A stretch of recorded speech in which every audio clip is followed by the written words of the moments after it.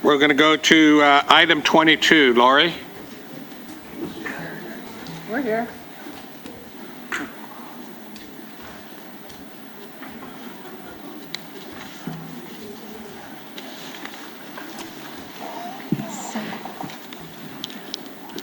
Okay, Commissioners, this is an action item to extend the deadline for projects recommended in the statewide component of the 2017 Active Transportation Program to apply for early programming of construction using greenhouse gas reduction funds. AB 613 appropriated $10 million from the Greenhouse Gas Reduction Fund for the Active Transportation Program. This appropriation required amending the 2017 ATP guidelines. The Commission adopted the guidelines for use of greenhouse gas reduction funds at the October 2016 Commission meeting. These guidelines stipulated that the greenhouse gas reduction funds would be initially made available for the early programming of construction projects recommended for funding in the statewide portion of the 2017 Active Transportation Program. The deadline for those projects to apply was December 30th, 2016. We did not receive any statewide component applications by that date. However, staff has been notified that some of the statewide component projects are interested in applying for those funds, but they could not provide the necessary additional information by the deadline. So staff recommends that the Commission extend the deadline for projects in the statewide component to May 12th. This will coincide with the deadline for applications for the small urban and rural and MPO components. Staff recommends your approval. Second. Motion by Tavaloni, second by Dunn. Further questions? All in favor, please say aye. Aye. Opposed? Ayes have it. Now we'll jump back to item 20. Garth? Commissioners, tab 20 is an informational item. Ellen Greenberg, the recently appointed Deputy Director for Sustainability at Caltrans, will be discussing the Governor's 2016 Zero Emission Vehicle Action Plan. The plan was completed last October and was an update to prior ZEV plans to address state government actions to help facilitate having 1.5 million zero emission vehicles on California's roads by 2025. With that, Ellen? Thank you. Good afternoon, Commissioners.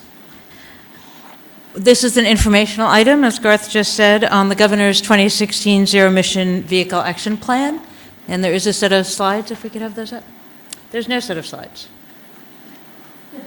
Well, I was expecting one, but we shall go forward. Do people have a handout? Emissions slides. We'll go with, oops.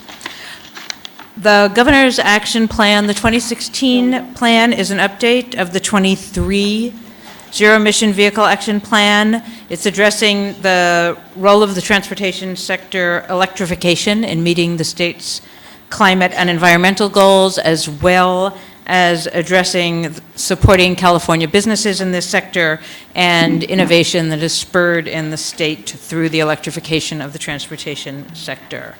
The zero-emission vehicle definition that's addressed in the plan addresses ZEV technologies, including hydrogen fuel cells, electric vehicles, plug-in electric vehicles in two categories, pure battery electric vehicles and plug-in hybrids.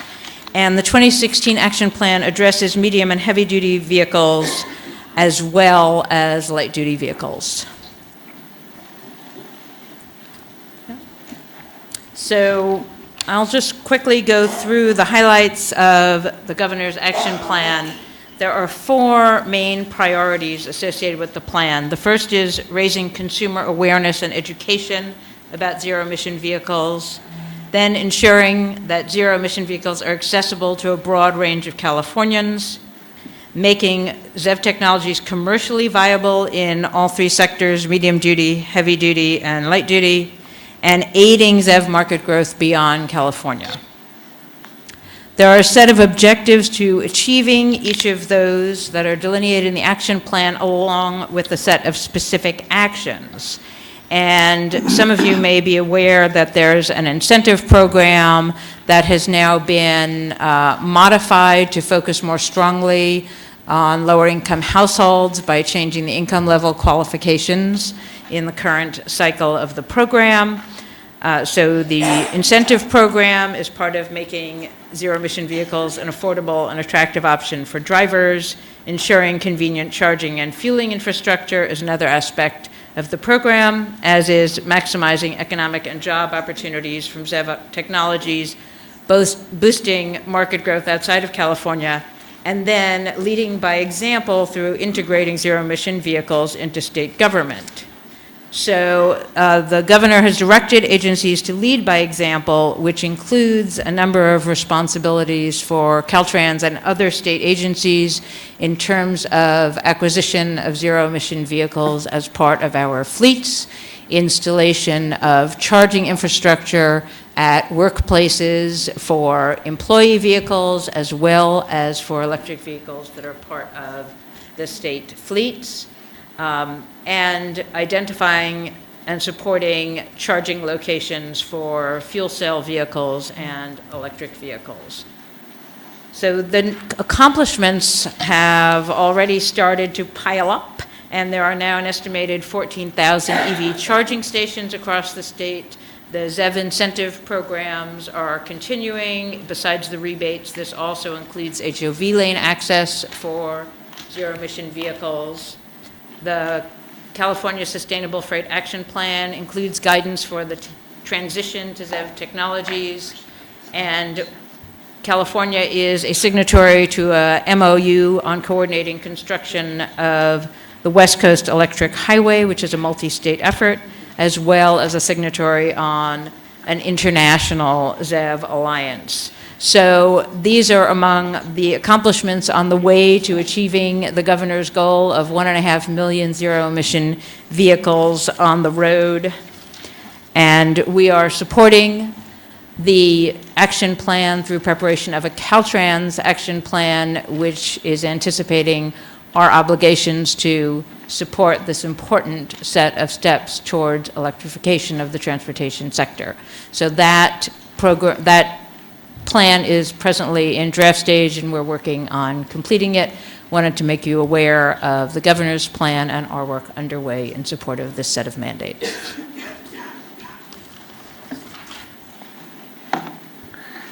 Questions? Thank you. I have a question. Oh. Sorry, Mr. Chairman, quick question. Yeah. So of the 14,000 charging stations, how many of those are hydrogen fuel? Just off round numbers. Do you have any idea? It's a very small number. Right, that's good. Under That's what 100, I wanna I'm know. sure. I think really it may want us to be have- between 20 and 30 is what comes to Yeah. mind. I don't want us to have choices. Yes. I want choices in the system, just me personally.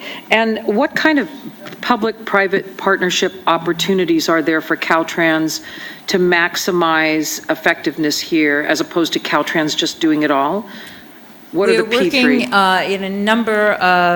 on a number of efforts to pursue public-private partnerships, ranging from use of the Volkswagen funding that comes through fines to we're currently working on a project with an RFI to I don't solicit call the interest fines from a public-private partnership. Right. That So, would seem to be a sorry, negative thing. that's a funding source. We have an RFI going out to solicit interest from private parties in just this type of partnership. And I think the plan overall envisions that what we're in now is hopefully the beginning of a series of phases, and that over time, the private sector will find that these activities are commercially viable, and there'll be less and less need over time for public subsidies. So ideally, the private sector will be assuming over time an increasing role. Yes, because that's what I'm hearing from the auto dealers, is if there's a demand in the marketplace for the vehicle, they'll jump in, others will jump in to help build these charging stations, but it's like the convergence isn't quite there yet. But I still would love to see more private sector participation, because they're far better marketers than you guys are at the use of the product. That's right. And so anything that you put in your strategy, I'm going to really hope that I can assist or incentivize you to include that private sector aspect of it. So, That's great. I think Thank it is you. a key part of the strategy going forward. great, thank you. Christine? And I'd love a copy of your slides when you. I was going to ask for when that. you're There ready. they are, fine.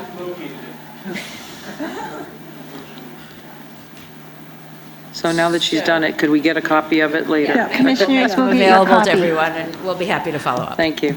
Should I Thank go? you. Christine? Okay, thank you. Ms. Greenberg, welcome. I'm glad you've joined Caltrans, and you have a mountain of work to catch up with, I completely understand. You know, just so we all hear this one more time, California is a global leader in electrification of personal transportation. There's only a few other markets that can compare to us as far as adoption rates, but of course in scale, Norway, the Netherlands, places like that are nowhere near the size California is. We're at about 270,000 electric vehicles in California now. That's about half the national sales. I don't know, I think I can safely say most of the chargers on the street in California have some portion, maybe the majority portion of private investment. That is ChargePoint, that is Green Lots, that is Siemens, and on and on and on. There's many companies that either make the equipment, install it and operate it, or offer a network service. And including hydrogen, which is a little different investment model on the stations, on the fueling stations. But we are making great progress. We need to do more. I love that we're getting close to 300,000 cars, but let's remember we've got 25 million regular cars on the road. So we have a lot of work to do, and I think California will be still leading the charge going into this year. We have a new nonprofit coming online that's going to reach out to consumers about electric vehicles and the benefits of electric driving, but you'll hear more about that as time goes on. Thank you, Mr. Chairman, and thank you, Ms. Greenberg. Thank you. Thank you. Sorry. Thank you very much. I was going to ask where I could get a copy of the plan, but I just found it on Google. Send it to everybody here. I'll send it to the ZEV Action Plan 2016. So thank you very much. Item 21. Sure. Tab 21 is an informational item, Commissioners. Richard Corey, the Executive Officer at the California Air Resources Board, is here today to provide the Commission with a status on their efforts at updating ARB's Scoping Plan. The first Scoping Plan was completed by ARB in 2008, and the document must be updated every 5 years. The Scoping Plan was prepared to respond to AB 32, or the California Global Warming Solutions Act of 2006. AB 32 required ARB to develop a plan that describes the approach that California will take to reduce GHG emissions or greenhouse gas emissions to achieve the goal of reducing those emissions to 1990 levels by 2020. The first update of the Scoping Plan occurred in 2014. ARB is moving forward with a second update of the Scoping Plan to reflect a 2030 target that was established in SB 32, which was signed into law last year. Mr. Corey? All right. Good afternoon, Commissioners, and thank you for giving me the opportunity to speak with you. And there's a mouthful there in terms of the summary. So what I'm going to try and accomplish just over the next few slides, and these will be relatively brief, is to provide a status report on the development of the scoping plan that there'll be a draft released in the next week or so. It was an opportunity to provide a status report on how, one, the context for the scoping plan and its role historically, and two, the process that we and many, many other stakeholders are going through to develop the next version. So that's as well as the next steps going forward. So that's the goal, and we'll see if I can work through it here. What this slide does is illustrate what the first scoping plan accomplished or was tasked with doing. So when AB 32 was passed back in '06, it required not just that there be call out a GHG target of 2020, getting back to 1990 GHG emissions by 2020, but it required a scoping plan. What is the strategy, an overall plan for getting to the 2020 target? And what that plan did, it was worked on for over a year, ultimately developed a range of strategies, many of which have been implemented, that have put us on the track for getting to the 2020 target. It was broad from an economy-wide standpoint. It was extensive from a public outreach standpoint in its development. And it also recognized you need to have feedback loops. You never get it completely right. You have to not only hear folks out and work with stakeholders on the development of the plan, but also feedback loops on its implementation and adjustments. And it was recognized in AB 32 to update the scoping plan at least every 5 years. What this slide does is illustrate or call out not only AB 32, which focused on a 2020 GHG reduction target, but also more recently the governor's executive order for a 2030 target, as well as SB 32 that requires a GHG reduction target in 2030 that is 40% below the 2020 target, as well as the development of the scoping plan for laying out how to get to that target. And that's really what I'm talking about, is the development of that next plan. In addition, the last legislative session also adopted AB 197, which required consideration of the social costs of GHGs and an added emphasis on direct measures reducing GHGs, particularly those that yield additional co-benefits, as well as clearly the continuing to develop a plan that includes rigorous economic analysis, minimizes leakage, as well as provides co-benefits. What this does is show the 1990 emissions, so that's the target for 2020, and you can see the dark bar under the 2020 column. That's what the current plan is focused on reducing. And through a range of strategies that are all at their core, GHG strategies are efficiency strategies. They're reduced fuel consumption. They're getting more energy out of the fuel we consume. So as we look at renewables, we look at the low carbon fuel standard, we look at motor vehicle standards, we're really talking substantially in terms of efficiencies. We're on target to meet the 2020 target, and that is reported annually on our website with related information. For 2030, you can see what the 2030 target is. You can also see the dark bar in the 2030 column that illustrates the current plan that we're working on.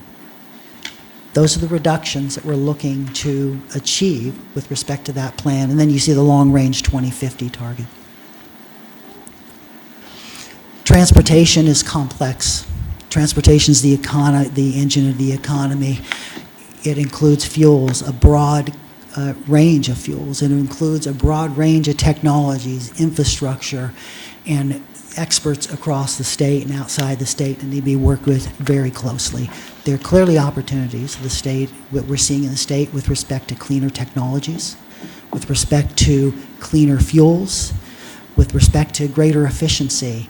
But the process that's playing itself out is consideration of the complexity of the sector and the need to fully engage folks to have the most effective strategies that are laid out in the plan.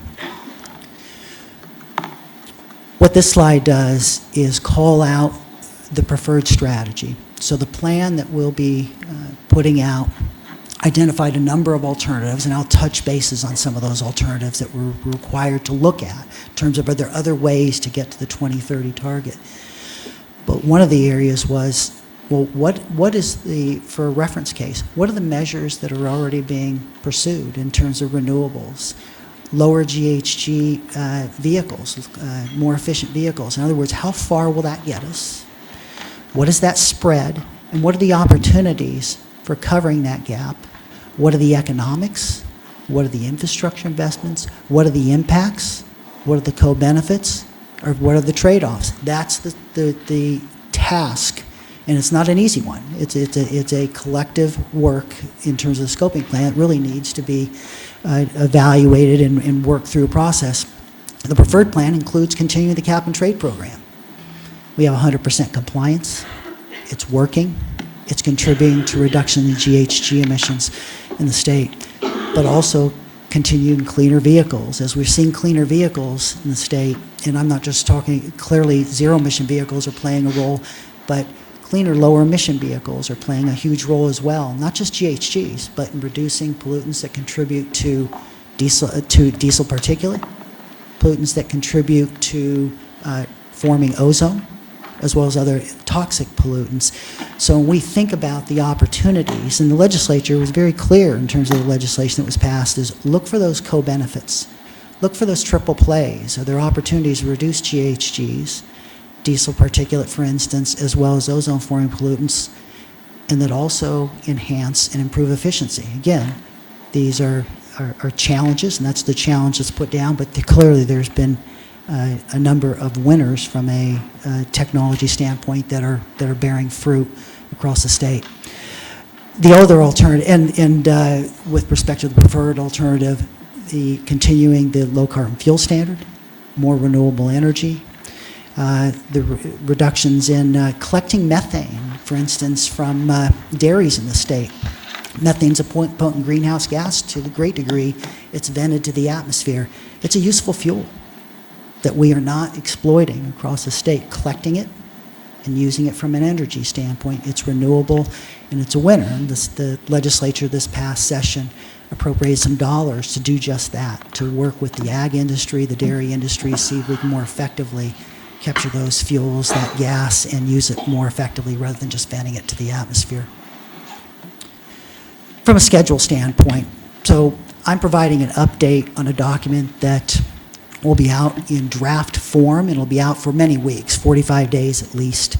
It'll be subject to public comment. We'll be going to our board 3 separate times with this document, and we're already about a year into the process. The point is hearing all folks out, making sure that we have a plan that makes sense, that is effective, that it's workable, and that we've done the best underlying analysis. When I say we, that is other agencies, that's industry that is reviewing and talking with us, that's the environmental justice community, that is bringing the best minds, the smartest people to help develop this in a plan that is as effective as it can possibly be. So that'll get released in about a week, be out for review. I'll be providing an update to my board next week, another update in February, then we'll be returning to our board in April with consideration for supporting and adopting the plan. And with that, I conclude my remarks. Any questions? Hi, Richard. Thank you for being here today, and thanks for all your hard work as we work through all of this. I just have a favor, and it follows up a little bit on our commending our staff on handing out a red line version when we make changes. Can we ask you all to consider that when you move from the draft to the final, to issue a red line version for our partners so we can easily get to and identify the changes? Because some of these documents have multiple pages in them, and I think if we could just ask the favor, as you guys release this one, when you make changes, would you make a red line version available? I will circle with our folks. You know we always do that with regulations with respect to a plan. Let me circle with my folks and see if we can execute on that. I understand what you're requesting. It's a reasonable request. Let me circle with them. Thank you. We'd appreciate it.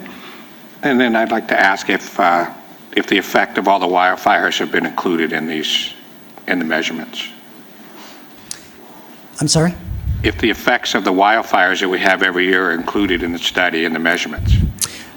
The forest carbon plan is being developed in terms of characterizing what the impact of the wildfires is, and they're the experts, and we're looking to them to help in terms of characterizing what those impacts are.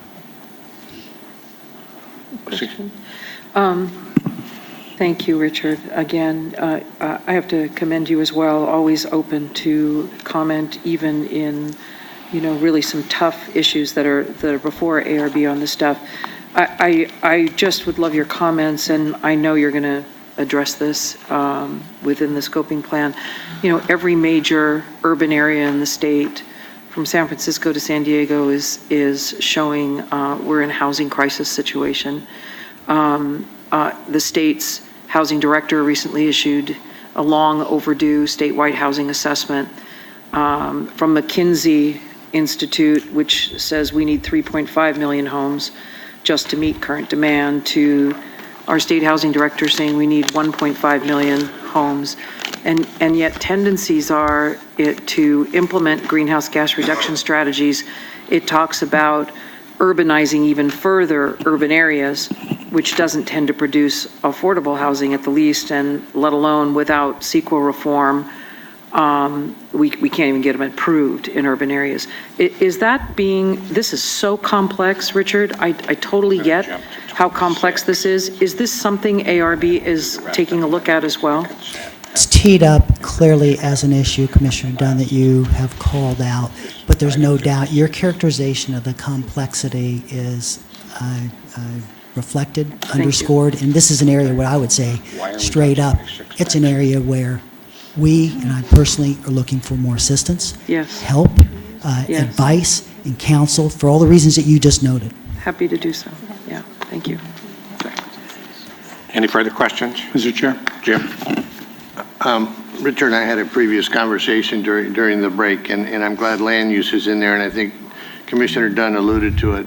In the Bay Area, we've created probably more jobs than any area of the state of California, and we have a severe housing crisis. We also have a very good transportation link. We're blessed with Caltrain, which starts in Gilroy, California, and finishes in San Francisco, and we have BART that extends out to all parts of the East Bay. And we also have a new system that was hopefully operate sometime this year called the Smart Train, which is a little north of Santa Rosa, and eventually we'll hook up with the Larkspur Ferry and be able to take folks along there. But the problem, as I see it, and I think you and I talked about it briefly, Richard, is that we have very, very poor players in the land use category. There's areas of land in Marin County, Sonoma County, Santa Clara County, Alameda County that are all connected to mass transit that the cities or counties refuse to open up for residential development. So somewhere along the line, we need to address that. If we're going to really get our arms around clean air, et cetera, and put people in a place where they can ride mass transit to the job centers, as much as I used to believe in local control, I'm now thinking that the state is going to have to take some action and force these cities and counties to allow residential development around those transportation corridors, or we're never going to achieve the goals that we've set out, that the governor set out. Jim? Hi. So I'm looking at the draft, page 50, and you say, quote, while a majority of the GHG reductions from the transportation sector in this discussion draft will come from technologies and low carbon fuels, a reduction in the growth of VMT is also needed. So my question is this: if every vehicle was a zero emission vehicle, would you still be saying that? If every vehicle, light duty and heavy duty, was electric, I wouldn't be saying that. But here's the point. It's a really good question. If you think about what's playing out on the light duty side, light duty cars and trucks.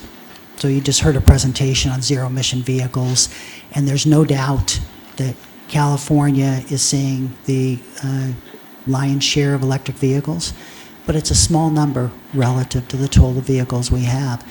But what's happening is the vehicle costs are coming down, the energy density is going up, the range of the vehicles increasing, and people are beginning to see, hey, these vehicles make sense for me. They're not just for high-end vehicle, high-income folks.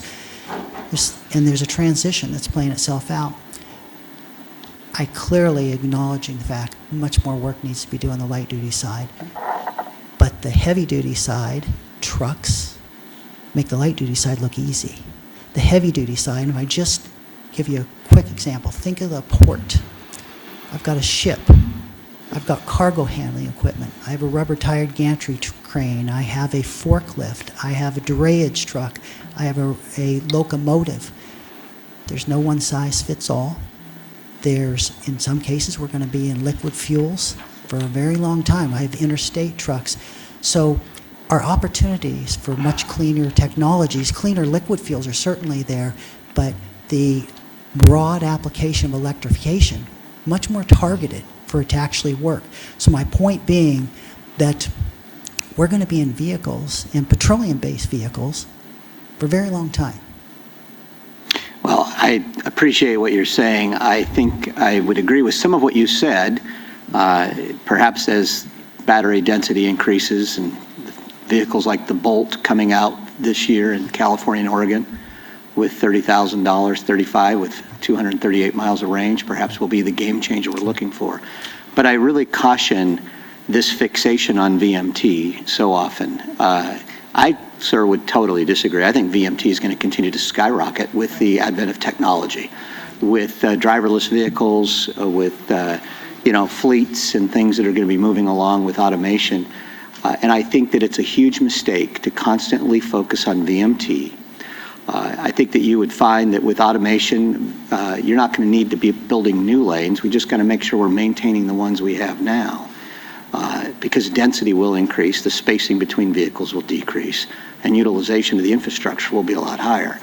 And I've been driving an electric car for 3.5 years now, so, it's preaching to the choir. But I do really think that, I'd rather see a greater emphasis placed on some of the other issues that we're talking about. And I just fear this VMT strategy, it will kill the road charge effort we're working on, and all these other things that people like to glom onto if you're not careful. So I just offer that as a warning from somebody who speaks as a futurist on the topic, and I think that you really need to look at the fact that industry is going to operate much quicker than government, and I think it's time that we get out of the way and not stand in the way. I'm hearing you out, but one observation, because you made a really interesting point about the transformation of the transportation sector. It's playing out for us, I think, much more rapidly than people realize, both from autonomous vehicles, from connected vehicles, from podding, and so forth in terms of the way they're operated. And it's interesting, because I've had the conversation with Lyft and Uber, and clearly they're actively involved. In fact, Lyft, I think 85% of their costs are associated with the driver. They're looking at the automation of those vehicles.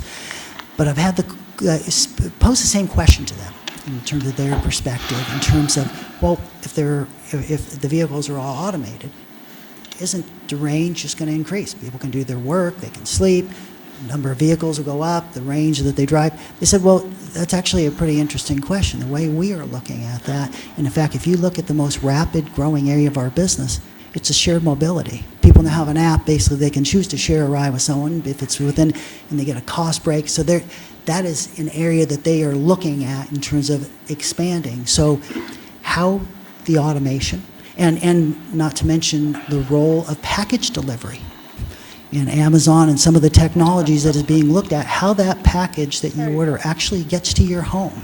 And is it a truck that's actually driving to your doorstep? Maybe not. No, totally agree. And I don't want to board the commission with it. They've heard me enough, but keep this in mind. The work of 10 cars today will be done by 1 car 20 years from now. Mr. Fraser. Thank you, Richard, for your presentation. You and I have had this discussion before, but I would hope that during this draft scoping plan analysis that's going out, you and I have talked about this, and best value of the effectiveness of what is implemented. And one of those is reduction of congestion through either technology, mobility efficiencies, not the reduction of EMT. So if it's contraflow or ICM or one of those things, those I want it because I think it's the low-hanging fruit that can be attained easily and with the best value. We can do all these other things and they can be great plans for the future, but we have an impending need right now for your agency to be part of the process to reduce congestion as far as an economy, a quality of life, and an environmental issue. There's the three-legged stool that needs to be considered each and every time that we look at these plans. And I would hope that we don't have to do it legislatively to make sure that this is implemented in the process.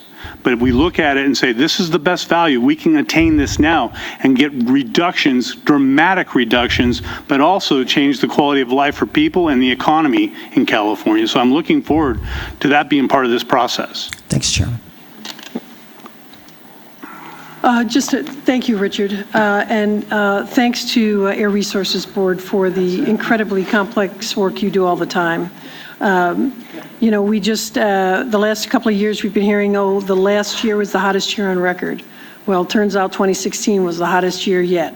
So the work that you're doing to reduce greenhouse gas emissions is essential, existential, as the governor says sometimes. It's complicated. I'm not saying any of this is easy. When you throw the housing question, the VMT question, and everything into the mix, I don't really know what the best answers are. But you guys and your experts over there are doing a terrific job. I mean, discovering the tampering devices in the vehicles last year. These are things that improve the quality of air in California, and Air Resources Board's to be commended. So I just wanted to throw that in there. Yvonne? Up high. Okay. I'd just like to interject from the non-technical, non-expert view.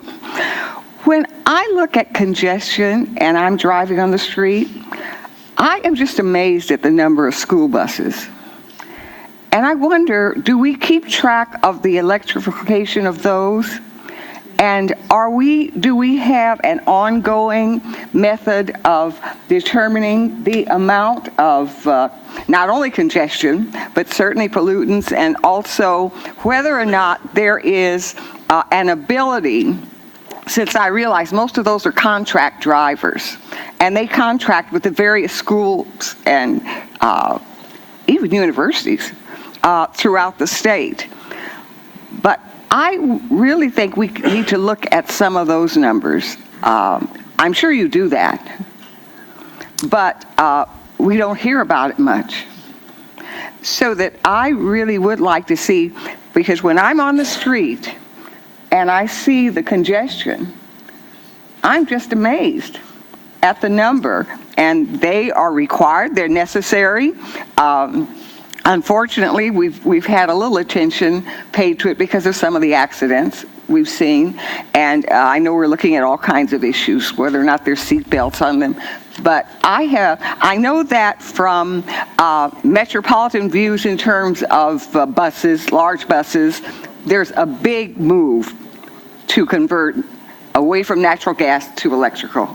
I can say that from Amtrak, there is a real move to move away from some of the traditional methods of propulsion and looking at electric, and have been, not new, they've been looking at electric and been converting for a long time. So this is just one of the issues that I think that when we're looking at the numbers, be helpful to see. Very, very important, and comments well taken, and you're right, there are electric school buses produced today. But I think we have about 25,000 school buses in the state of California, and much of the focus has been working with districts, local school districts, to clean up the dirtiest. A lot of dirty school buses out there, and many and the programs through legislative appropriation and otherwise have allowed for changing out the dirtiest. Now we still have a number of school buses still out there. So what you're seeing are a few things. Cleaning up the dirtiest buses, triage really, because there's never enough money, as well as targeted applications of zero-emission buses. In fact, some school districts have engaged No, in we this. got to get this moving. Come on. Everybody said it already. But the costs are still higher and are coming down.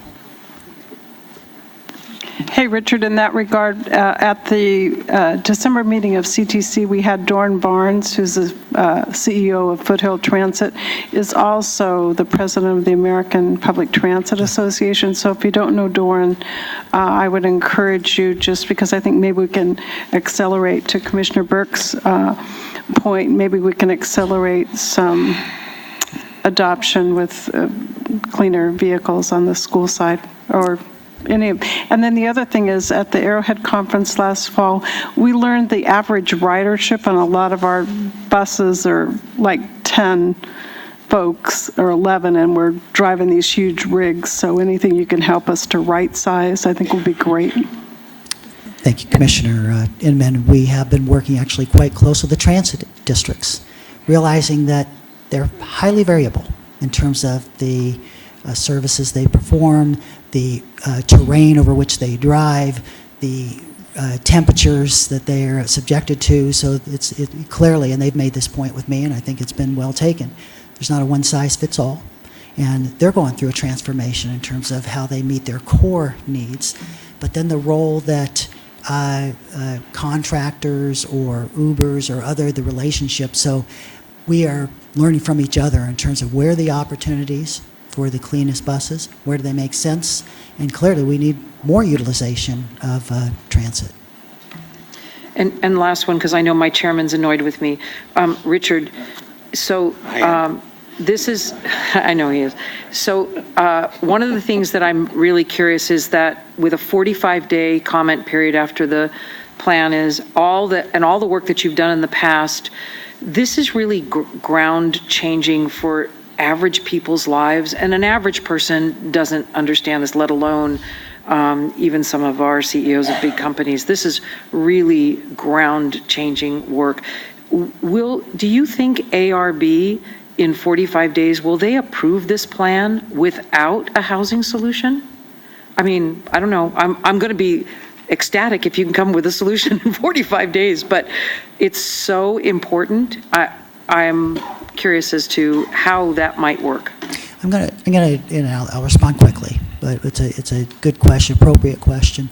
If I think about past plans, and this scoping plan, no doubt your point is it's important. Of course, it absolutely is important. I'd characterize its importance in terms of having a path, a game plan to meet the target, and have gone through pretty extensive process. But I also realize this. When the plan is finalized for us and for other agencies, that's actually the beginning of the work. The plan itself is not the measure. Each of the measures need to go through their own public process. For us, if it's a regulation, that means years of engagement, public process, further on analysis. So the plan scopes out a vision, a mix of measures, but ultimately a process going forward. So I'm answering as directly as I can, but I need to. That's good. Thank you. Okay, we got to move on now. Yes. Because we're going to lose commissioners tomorrow, so we've got to get through this agenda. All right, we're going to jump to item 26, and then we'll come back, and then we'll go through and hit the information and consent calendar. And Thank you. Item 56 has to be done today. Thank you. Commissioners, tab 26 is an informational item and presentation by the department on the impact to the state highway system from dead and dying trees and the short and long-term strategy for addressing this issue.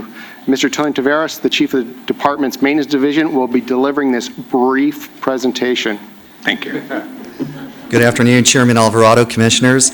As Mr. Gavelle mentioned, I'm presenting item 26, which is an informational item on Caltrans's response to statewide tree mortality. I don't think it's any secret that California has been experiencing an unprecedented historic drought for the last 5+ years. Even though last year was better for some parts of the North State, the majority of California is still under severe drought conditions, even though we've received quite a bit of precipitation in the last week and a half. The drought is having a significant impact on our forests. Trees are dying by the millions, and the issue continues to worsen. Lack of water, insect infestation, primarily from the pine bark beetle and the fungus these pests carry, are the primary cause for the dead trees. Wow. In 2012, tree mortality in the state was around 3.3 million trees. By 3 years later, in May 2015, the number had grown to 22 million dead trees, and 9 months later, in February 2016, the mortality of these trees grew to 66 million dead trees.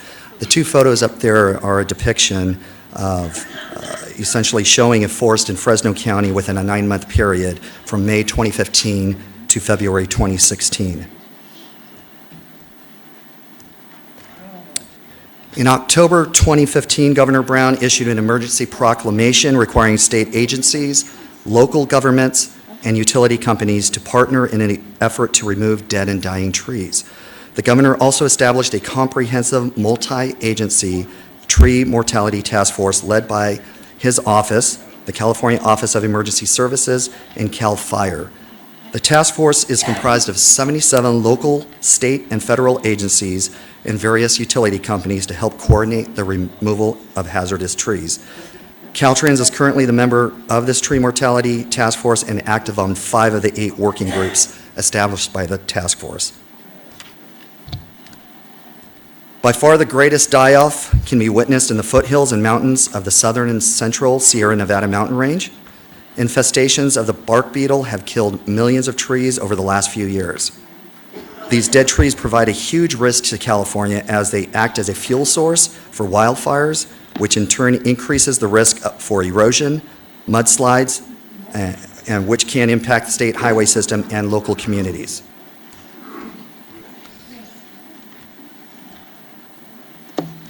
Of the 102 million dead trees identified in California, more than 100,000 are adjacent and impacting the state highway system right now.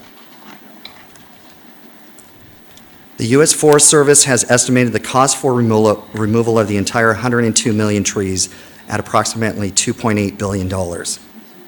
Caltrans's share to remove the existing 100,000 trees is approximately $150 to $200 million. The task force established by the governor is focusing on 10 focus counties, high priority counties: Kern, Tulare, Fresno, Madera, Mariposa, Tuolumne, Calaveras, Amador, El Dorado, and Placer counties.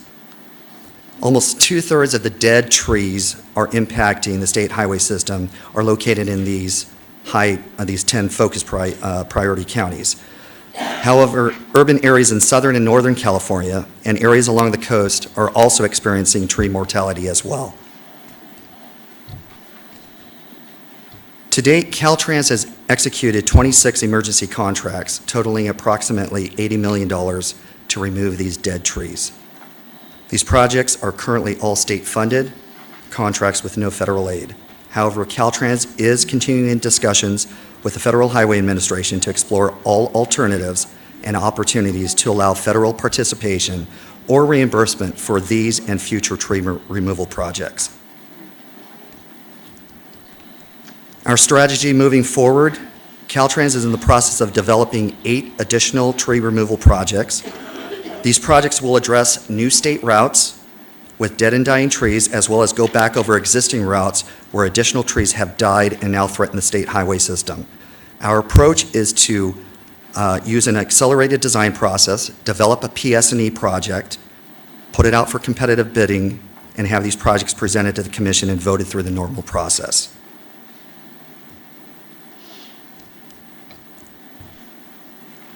The bark beetle paired with the continued drought is creating an unprecedented epidemic for our forests.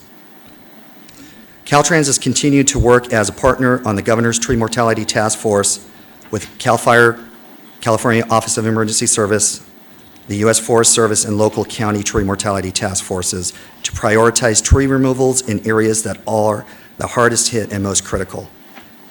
The epidemic progression of tree mortality is migrating north.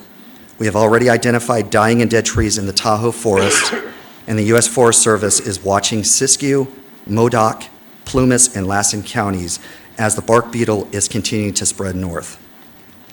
If the California beetle infestation parallels Colorado's recent experience in the Rocky Mountain forests, we can expect a 10 to 12-year period of tree mortality before the infestation returns to normal levels. Based on that time frame, Caltrans expenditures for tree mortality are expected to exceed $500 million for hazard tree removals, fuel reductions, and mitigation. Commissioners, this concludes my presentation. I'm happy to address any questions you may have. Jim? Johnny, thanks for the presentation. You mentioned dead or dying. It seems to me that if you know they're dying, couldn't those be salvaged for lumber production?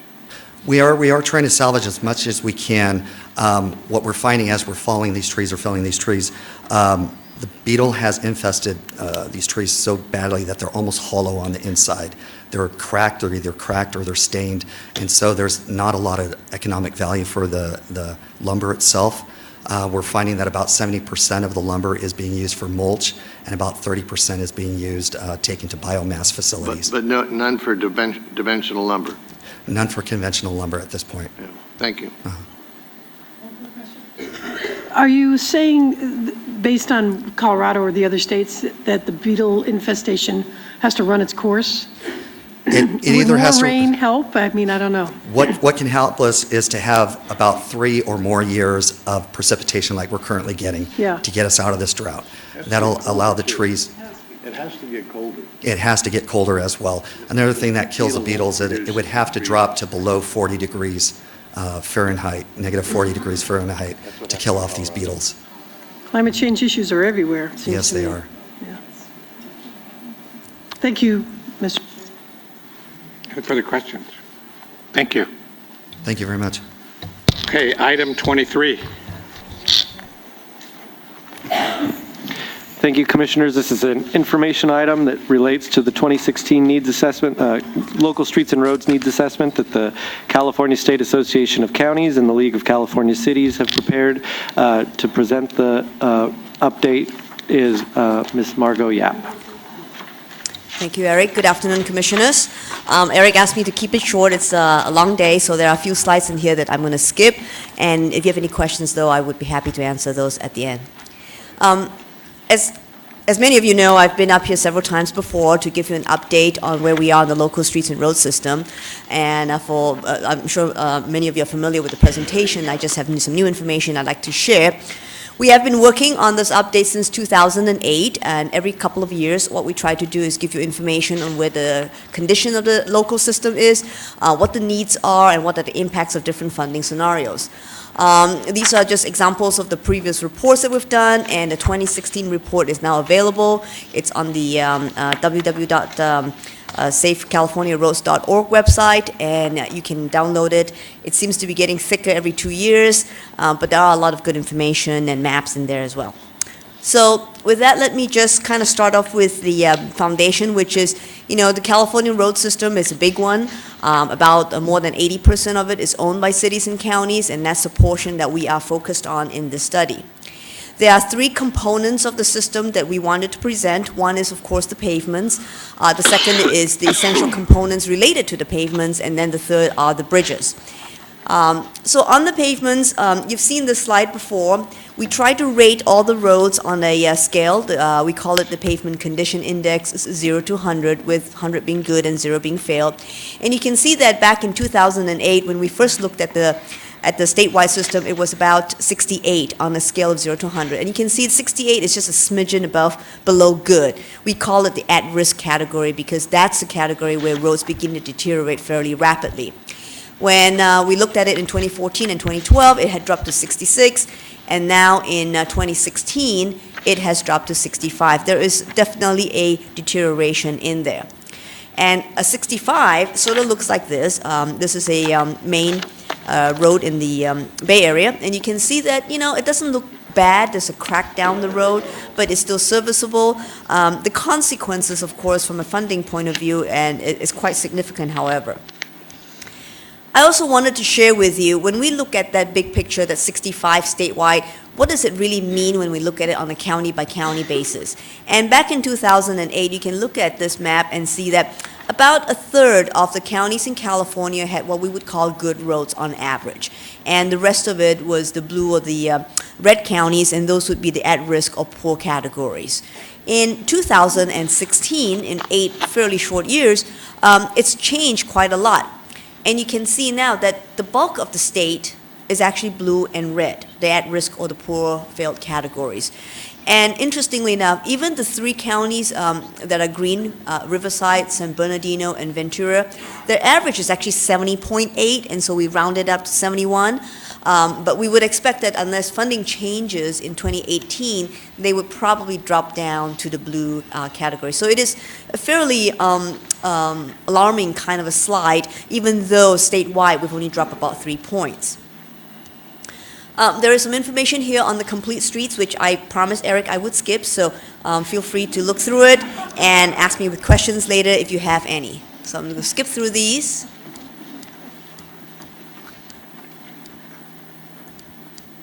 And the last thing on pavements I wanted to share with you was the unpaved roads. We focus a lot on paved roads, but I don't want to ignore the rural agencies here. There are almost 10,000 miles of unpaved roads, and for counties like Madoc or Imperial or Inyo, these roads are actually the majority of the road system, and they cost money to maintain as well, and we estimated that it would be about a little bit over $900 million over the next 10 years. So when we look at both paved and unpaved, we add them all up. We're estimating that the needs are going to be about $70 billion over the next 10 years, and that's pretty consistent with what you've seen in the last few presentations. What we did try to do differently this year is to figure out, well, how is that $70 billion, how is it spread statewide? And no surprise, it is predominantly in the urban areas. You can see on this map here that the dark brown areas have the highest needs: Southern California, the Bay Area, Sacramento, a little bit in the Central Valley. What is interesting, I think, is that when we match the needs with the funding available, there is really a disproportionate share. If the rural counties on this map don't show that they have a lot of needs, but when you look at this map, the percentage of needs that are met in the rural counties is significantly lower than in the urban and Central Valley. But even then, there is no one agency, no one county that has needs of more than 40 to 60% that are met. So, complicated slide. I don't know that I'm saying that very well, but I do want to kind of leave you with a takeaway that even though the rural counties don't have a lot of needs, by comparison, their funding is a lot less than in the urban areas. Essential components, these are all the things that we need: the safety, regulatory, the striping, the signals, the sidewalks, the bicycle paths, the storm drain system. These all add up. Approximately 30% of the total infrastructure needs. And when we mapped it by county, again, it's predominantly in the urban areas, the Bay Area and Southern California. And then the last item, of course, are the local bridges. And there are about 12,500 bridges that the cities and counties own. It's about half of the statewide, so Caltrans has the remainder. And these bridges are fairly significant. We also tried to do in this report to separate them into something similar to the PCI. And you can see we're using something called the sufficiency rating.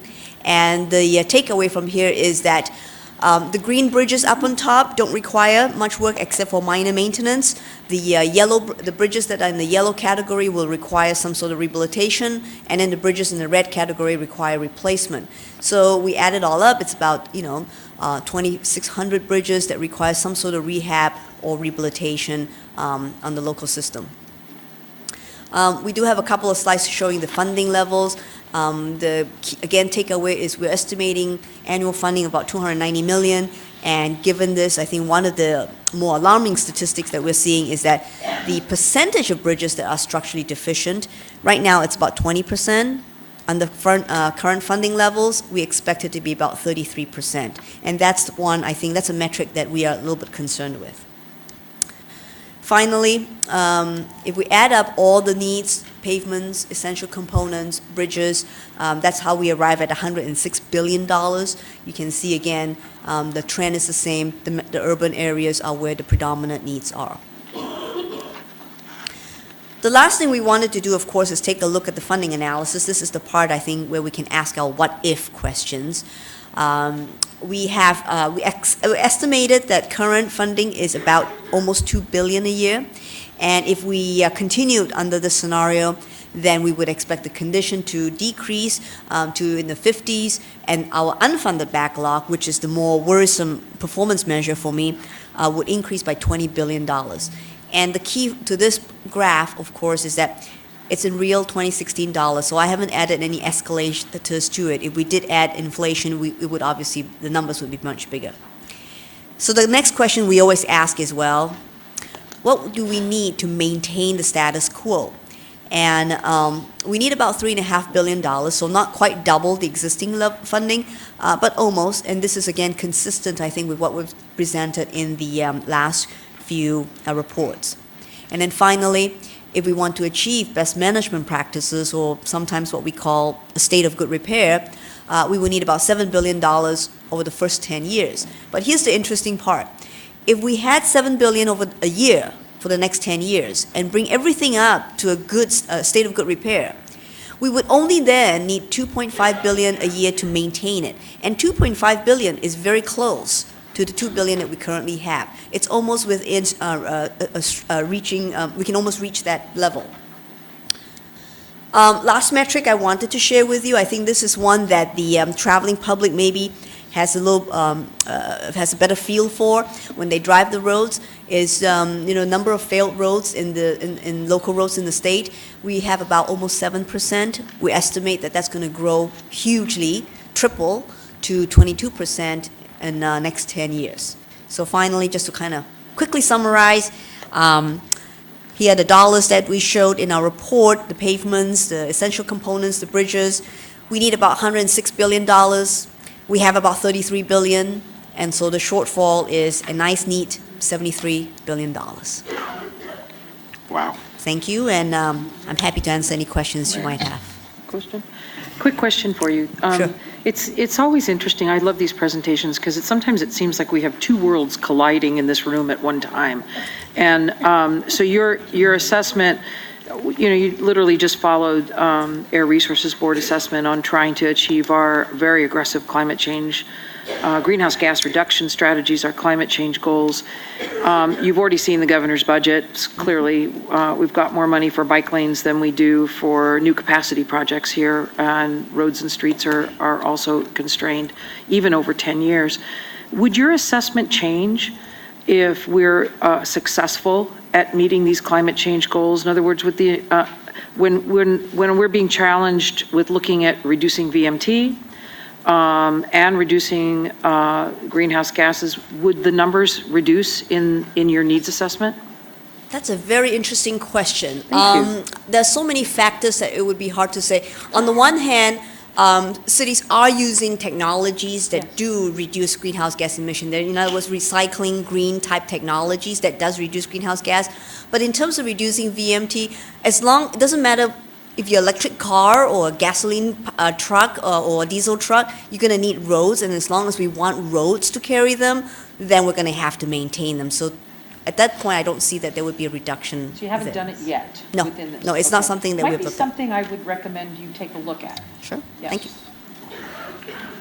Further questions? Thank you. Thank you. Item 24. Commissioners, tab 24 is an informational item and a prelude to the January 31 delivery by Caltrans of the State Highway System Management Plan for review and comment. The State Highway System Management Plan, as described in the Yellow Book item, is the integration of the 10-year SHOP plan and 5-year maintenance plan into a single comprehensive document. This plan aligns performance and strategic objectives and implements performance management. The plan will contain both a proposed 10-year unconstrained needs assessment, which was presented in summary form to the Commission in December, and a proposed investment plan. The investment plan is a proposal from the department on the specific infrastructure investment areas for the constrained available SHOP funding.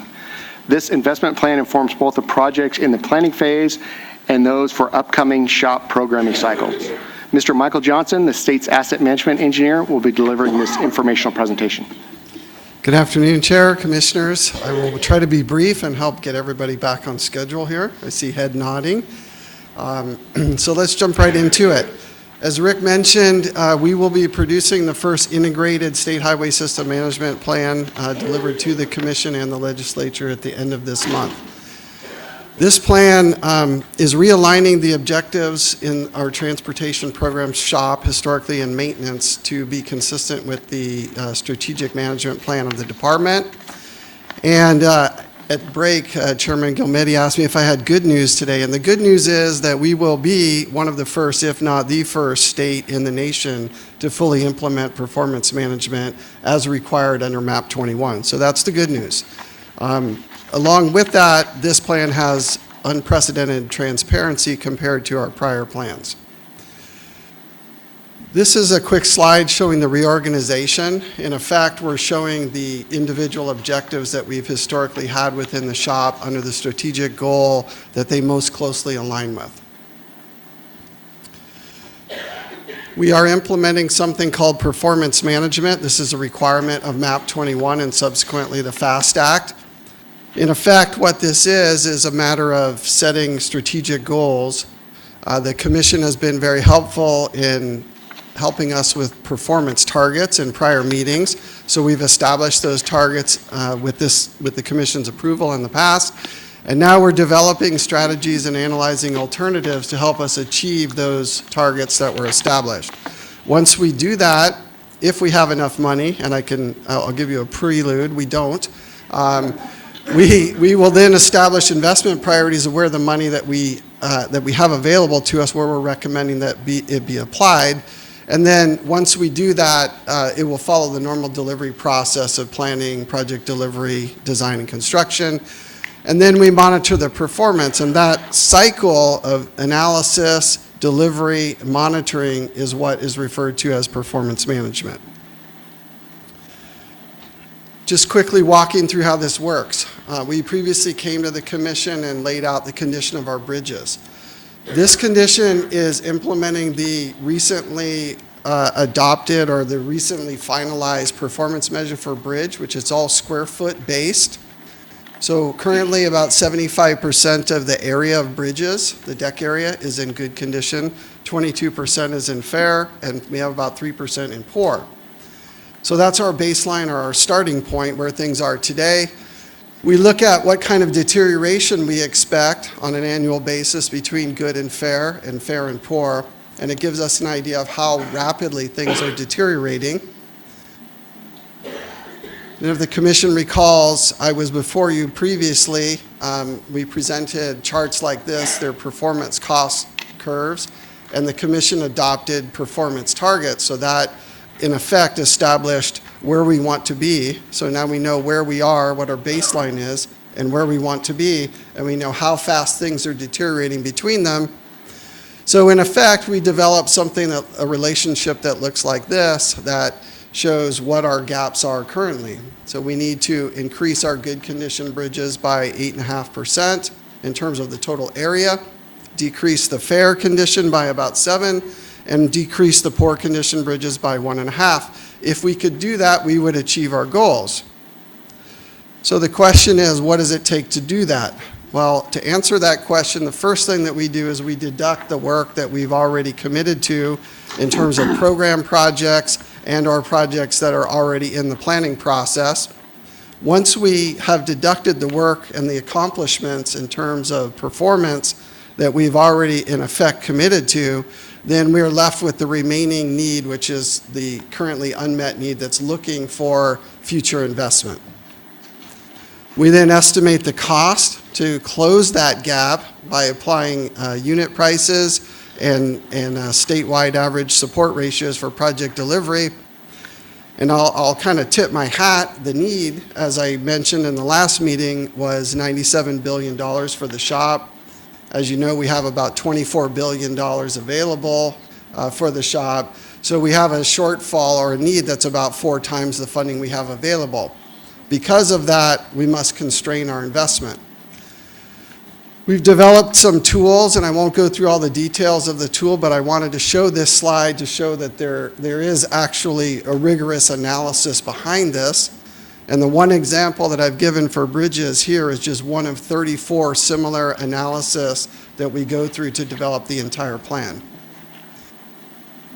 I mentioned that the plan was integrated, or actually Rick mentioned it. We will be presenting the maintenance need, $6.5 billion, and how it's distributed between pavement, culvert, bridges, and traffic management systems. This piece has not historically come before the Commission, but it has been part of the 5-year maintenance plan that's required under the Streets and Highway Code. For the shop, the needs are about $97 billion. About $35.5 billion is in stewardship, and you can see the remaining breakdown of where the needs are. If I just focus on this, the stewardship sliver there, that $35.5 billion, we can see that about half of that need is in pavement.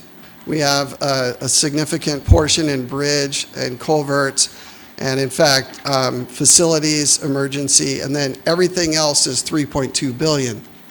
So when we first came to the commission, we recommended focusing on pavements, bridges, culverts, and traffic management systems or transportation management systems for this reason, that this is where the bulk of the need is in terms of fixing or keeping the highway system functioning.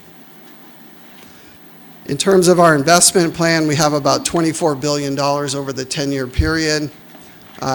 The department will be recommending approximately 64% go to fix-it-first items. These are very similar needs to the ones that Ms. Yap just presented: pavements, bridges, culverts, traffic management systems, and others. We need a pretty substantial portion of this money just to keep what we have functioning. There's an additional investment of about 19% proposed for safety improvements, and then a small percentage for sustainability, system performance, minor program, and others. Once we make the investment plan and we have the concurrence of the commission, we can look at that in a very detailed form in terms of what specific objectives are under each one of these slivers that I'm showing in these pie charts. In effect, we will show you what you've already committed to, and then what we need to do for the remaining 5 years of the 10-year plan. In total, we'll have 10 years represented, 3 years program, 2 years planning in the PID work plan, and then the last 5 years is really where we're trying to address our gap. One of the things that's very different with this plan is that our move to performance management will have us identify specific performance targets that we're expecting from each district, and we will give them a performance expectation along with a budget, a target budget for them to develop a project portfolio to address the performance that we need on a statewide basis and live within the budget that we can allow them. This approach is very, very different from the silo-based approach that we've done historically, and it should allow the districts to be more flexible in how they package the projects and how they are able to partner with their local and regional stakeholders. So next steps, just to conclude this presentation, as I mentioned, the plan is due at the end of this month. We plan to make the plan available to the public. Once we deliver it to the commission and the legislature, we will have a comment period anticipated to be about 30 days, in which we will receive public comment. And then we will receive comment from the commission in your March meeting, comments back from the legislature, and then we will produce a final plan by May 1st, 2017, as required under state law. So that concludes my presentation on the State Highway System Management Plan. Be happy to answer any questions. Questions? Hi, I have a quick question reconciling the last presentation and the images, the dreadful images that we saw on the statewide local streets and roads to yours, where this earlier item makes 75% good look off the chart, happy face kind of things. So how do we reconcile these two? Are we just in different worlds, or? Well, our assessment is using the national standard performance measures that were established under MAP 21. The previous presentation is utilizing a previous classification, for example, in bridges, structurally deficient, which has no bearing on funding anymore, and functionally obsolete, which was eliminated by MAP 21.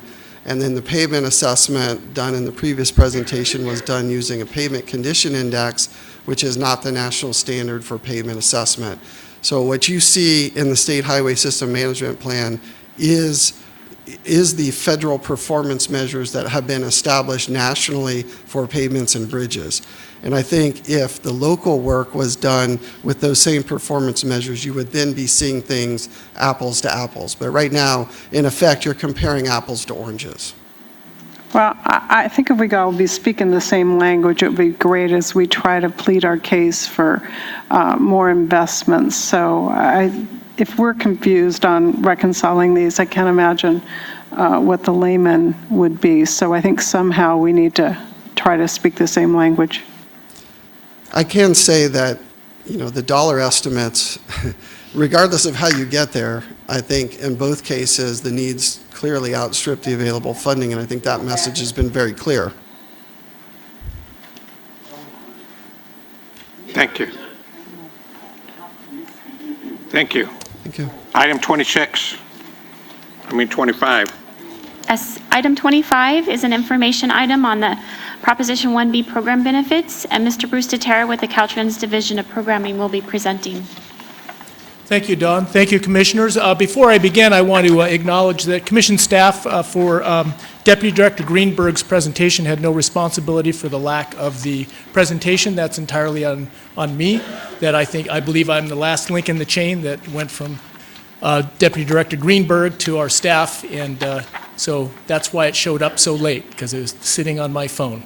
So I apologize to Director Greenberg, and I apologize to all you. We will make it up to her and provide another opportunity in the future. And she'll be bringing some very interesting news in the future. So today I want to give you, with that fine note to begin with, I'd like to give you an update as to where we stand on the bond programs.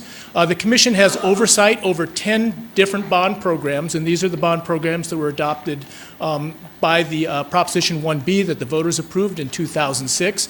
I'm going to be addressing in any particular detail 8 of these, not including the STIP and the SHOP, because those were fund augmentations that the additional money that went in there would be lost on this presentation. So this is the relative funding amount of each of the programs, and I'll go into some high-level detail on each of the programs.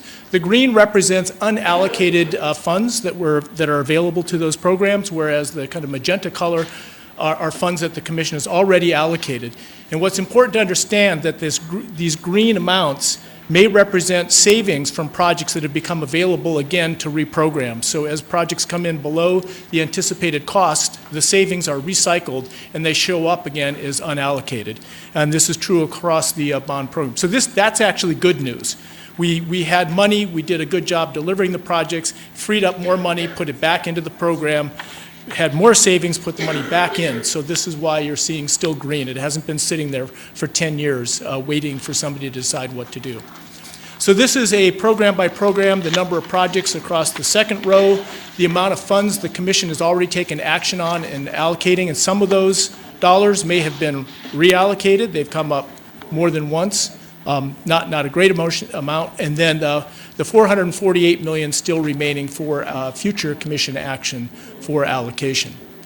So the Corridor Mobility Improvement Account, to go to the earlier points about reducing congestion, this is entirely what this program was about. Had 90 projects around the state. 70 are complete, 20 are still in construction, with 13 of those at 95%. So this project is moving this program is rapidly moving towards completion.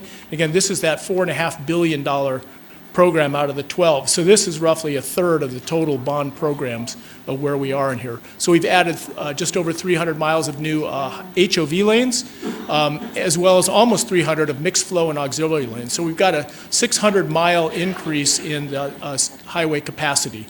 And other than, I believe it's White Rock Road, and somebody can correct me on that, all of these projects are on the state highway system on there.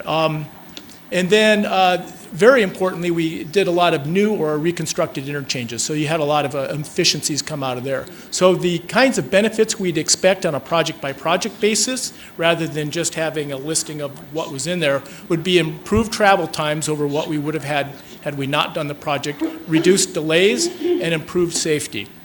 So those are not in order. It's safety and then reduced delay. But the primary purpose was improvement. So this is where the projects are distributed around the state. You can see there's a correlation to where our heavily congested areas are in the dense urban areas, but some of the money also went to other areas that didn't have the same levels of congestion. For the Trade Corridors Improvement Fund, my favorite, and I don't know why, but this program started off with 79 projects, and again, due to the project savings, and that's largely due to a great bid environment because the programs came in at the height of the recession, so we got a lot more bang for our dollar. We have 94 projects that are currently in the program. So we have 15 more projects than what we started out with. So this is a good success story. 41 are completed, 51 are under construction, and 2 are brand new that are still unallocated. They haven't come forward yet. So half these projects are still in construction. This was I've got to say that between commission staff and the department, a tremendous lift working with our partners to deliver this set of projects, because we were all working in very unfamiliar territory with ports, railroads, local communities, highways, local roads, all of this coming together with everybody figuring out how our rules mix. Stephen was key in making all this happen, as well as some of our folks. So we appreciate his help in keeping us on track on all this.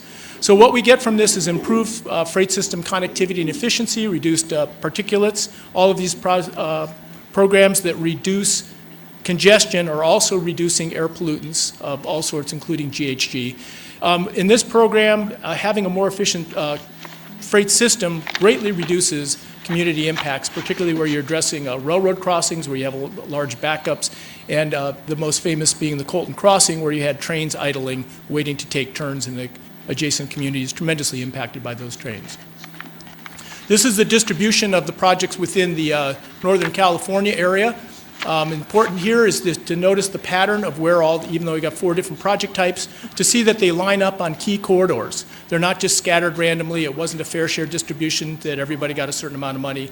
The investment through the regional coalitions were targeted to corridors. So we get much better performance on those corridors. Similarly with Southern California in the LA Basin, ports to the Inland Empire, and then also in the border region in terms of the efficiency of freight moving there. So very deliberate, strategic investments that were made in cooperation between the Commission, Caltrans, CalSTA, or BT&H at the time, and our regional coalitions and their partners. Again, the partnership being the key word. Highway 99, the only one of the programs that's specifically targeted to a specific route or facility. We had 23 projects that put in new lane miles. This did not meet the full need. There's still a lot of need out there, but the underlying premise, which we achieved, which is the big, huge success of that 5th bullet point of eliminating all remaining at-grade highway local road intersections in the San Joaquin Valley and Sacramento County with Highway 99. That is a tremendous, important accomplishment. The safety benefits to that are immeasurable in terms of what the fatalities and injuries that would have happened had we not achieved this, and the efficiency in terms of mobility are tremendous, and the other things. So this is really a tremendous accomplishment of that program. One of the other objectives of that was to work towards 6-laning Highway 99 throughout these project limits from Sacramento south, so that we reduce these 4 lanes to 6 lanes to 4 lanes to 8 lanes to 4 lanes. That is terribly inefficient if you're traveling and following. And this is the distribution of the projects within the corridor. So we did have projects all the way up in Tehama County and then all the way down to Kern County. So state-local partnership program, there was a reference earlier that Clark made to the governor's budget proposing some funds to something similar to this. And this is where the state contributed matching funds for local projects. And as you can see, there are 276 projects located in 30 counties. So this would be a program that had a wide distribution of funding to meet local needs in there. And this was largely driven, 95% of the formula-driven funds with only 5% discretionary. There is no further commission actions from this. There won't be savings that you'll get to reinvest. Intercity rail improvement, these are along the 3 state-supported routes, the Capital Corridor, the San Joaquin, and the Surfliners. So we've added 30 new track and 14 enhanced grade crossings, which provide safety as well as efficiency. The benefits going to this program also provide benefits to freight rail, which is important. This is a co-benefit thing, and so that's a good benefit. The 22 low-emission locomotives, those are Tier 4, so to address the ARB question about locomotives in reference to the freight, well, we're doing it on the passenger side with 22 newly purchased Tier 4 emissions. The most notable project, and I took it out of the slides with all the pictures because I knew I'd be way down on here and run out of time. Down in the San Diego area, we replaced a 100-year-old train bridge, or train trestle bridge, 755 feet long, that was a single track, and we replaced it with a new reinforced concrete double track bridge. So we increased the capacity, and we took care of an issue that's long-standing, and it also serves freight. Highway Railroad Crossing Safety Account, it speaks for itself. fabulous program we're investing in there. The other kinds of crossing safety improvements besides a grade separation would be improving the arms that come down, the warning signals, things to prevent intrusion. Here they are distributed around the state. If you look at your map, and maybe the folks out here can't see that, but some of these are off the 3 passenger service lines that the state supports, and they're on a freight rail line that's adjacent. In the San Joaquin Valley, we have 2 different parallel lines. So you'll see some of these wizened on a passenger line. It's doing railroad grade crossing safety projects off of that route as well. The traffic light synchronization program, largely concentrated in the LA Basin, is still underway. We have 81 projects in the program, 74 have completed construction, but we don't have feedback on how all those work yet in terms of delay savings. Again, there's a lot of projections as to what delays would be. Then we had a recession and reduction in travel, and now we've had a resurgence of the economy and VMT going up. So the original projections, and 10 years later, we're having to go back and take a look to see how those came out at the end. You know, we set out to achieve this. What did we achieve? Is it what we sought out to achieve? So we're taking a look at all those as we go forward. Again, a lot of projects still in delivery, and as they close out and get audited, they report back in terms of what they've accomplished. One thing in this program that people probably just assume, well, yes, of course, but one of the great benefits of the synchronized traffic lights is an improvement in safety. So in the Bay Area, in the city of San Ramon and Crow Canyon, some of you know that area, we had a tremendous reduction in collisions at one of these high collision intersections from this program because we didn't have people gaming it or something. They got smooth platoon moving through. Local bridge seismic program, we've had that come to the Commission before. A tremendous amount of success and progress in this. We still have 22 projects in construction and 55 in project development, but the several hundred have already been completed, represent a reduced threat to the community and a faster response should we have another large earthquake in that area. And well, that concludes it, obviously. I thought there was one more slide. I guess I deleted it. Oh, well. I deleted Ellen's whole presentation, so I deleted one slide.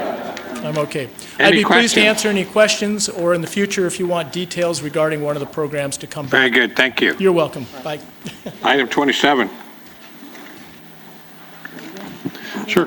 Commissioners, kind of keeping with the theme of climate change here, I guess a little bit, the Zero Emission Action Plan and then the ARB Scoping Plan was about mitigation. And then we have Jim Davis, who, this is an informational item, by the way, but Jim Davis is the Caltrans Acting Chief of the Division of Transportation Planning. And he's going to be talking about some efforts that Caltrans has been doing to identify sections of the state highway system that may be vulnerable to future impacts due to climate change. And Caltrans has really allocated a lot of resources to mitigate greenhouse gas emissions, but this is a very prudent action that I think Caltrans is undertaking to start identifying where on the state highway system, like I say, may be impacted by climate change. And so with that, Jim will give us a real quick overview of what they're doing. Okay, thanks, Garth. Commissioners. So I've got the District Climate Change Vulnerability Assessment. Of course, we have a diverse transportation infrastructure. As you heard in many of the previous presentations, we're already seeing impacts of climate change, more intense fires, flooding, erosion of sea level rise, and higher temperatures or drought. So Caltrans has been actively involved in addressing climate change. We've reduced emissions from our operations by about 24%. These greenhouse gas reductions are due to improvements in our fleet vehicles, fuel types, streetlight retrofits, and building electricity efficiency measures. For example, Caltrans uses renewable diesel, electric, and hybrid vehicles and is supporting efforts to develop low-emission heavy-duty vehicles. In addition, in our project delivery, we're using recycled materials and changing the way we design our pavement with using of concrete to reduce those emissions.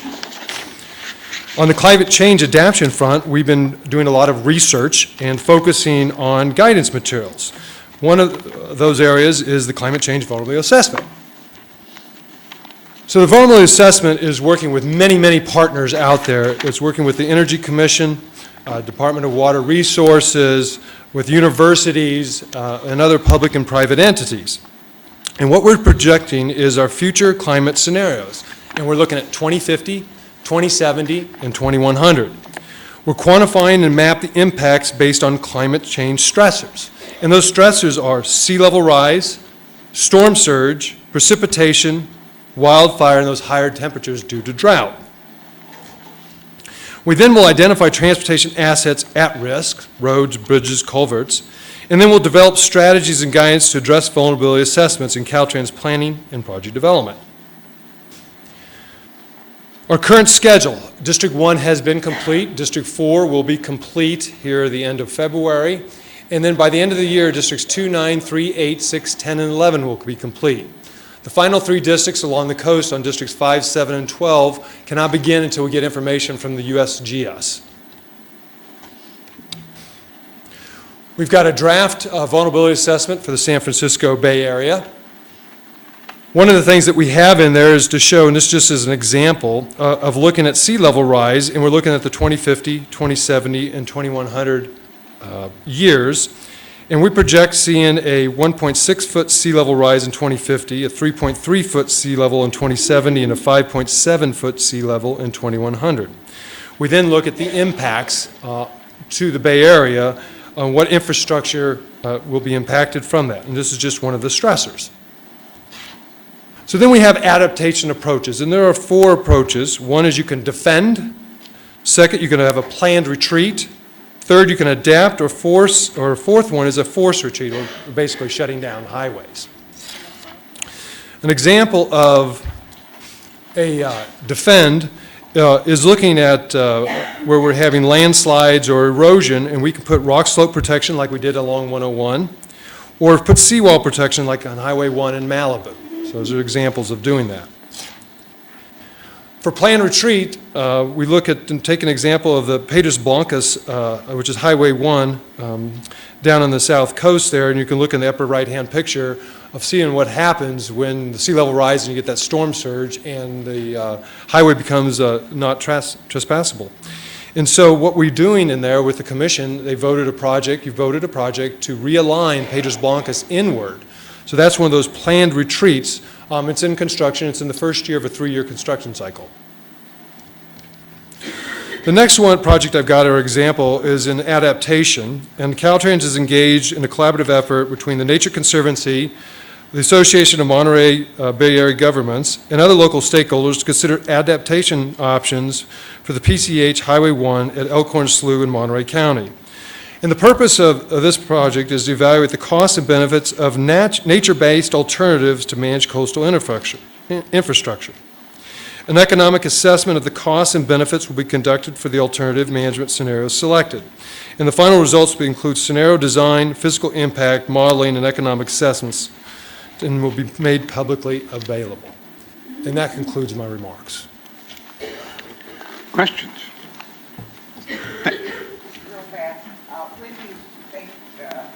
Here I'm missing.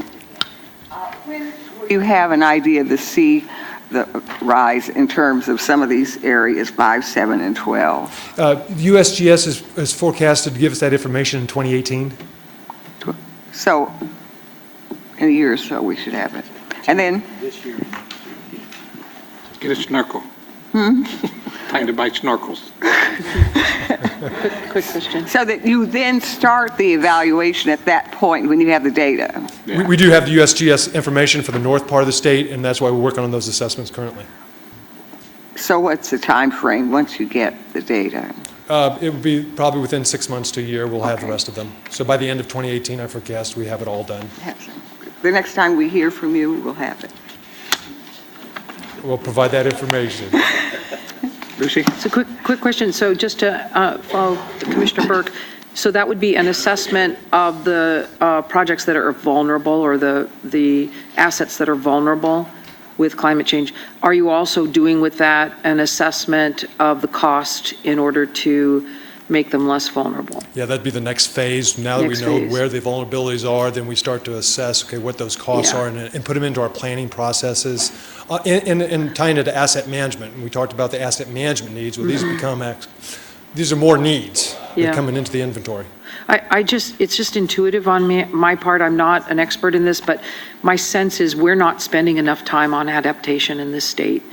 And it's a lot about fighting as opposed to recognizing maybe we have to do that too, but adaptation is really important to be able to prepare for that next level. I don't know if you have an assessment on I that. think one of the important things is the collaboration we've done with many external stakeholders on the Yeah. data itself. Yeah. We're going to be able to provide that data also to locals, so it's not just for the state, but we'll have that data in GIS format and be able to provide that to others as well. Right. So it would, again, under the theme of two worlds colliding in this room, which is so fascinating to me, to have that information included in SHOP, you know what I'm saying?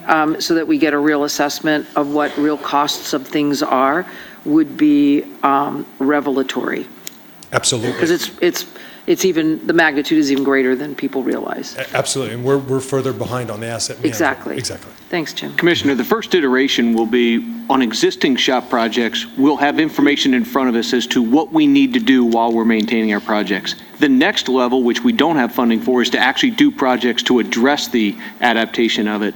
And the real vulnerability, Jim highlighted in his presentation, the sea level rise, but it's going to be the storm surge off of that new sea level that actually we're going to have to experience first and we're going to have to adapt to.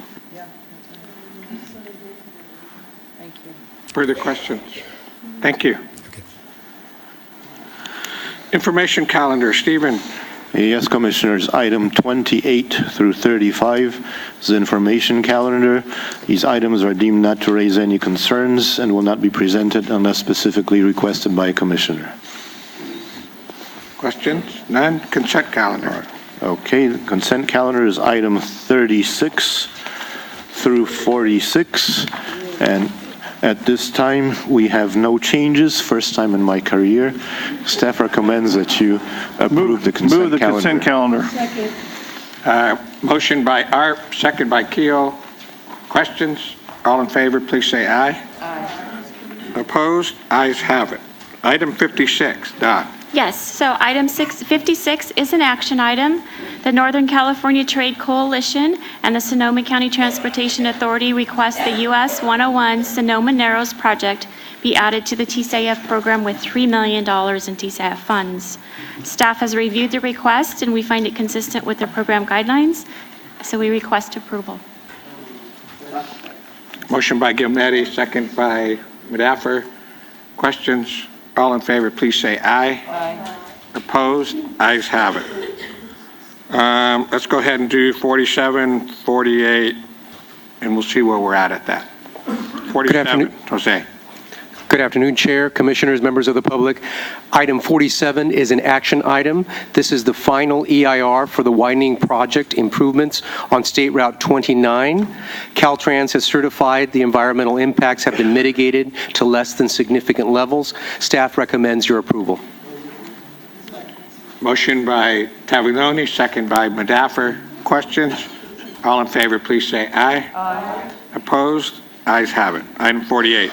Item 48 is an action item. This is the final EIR for the replacement bridge for State Route 263. Caltrans certified that environmental impacts have been mitigated to less than significant levels. Staff recommends your approval. 249. Second. Motion by Gilmetti, second by Dunn. Questions? All in favor, please say aye. Aye. Opposed? Ayes have it. Item 49, which will be our last item for today. Commissioners, the presenter isn't here in the room, so we'd have to postpone that one till tomorrow. Oh, he is? He's here. No, it's Bill Lewis who will be doing the presentation. Come on out, Mr. Lewis.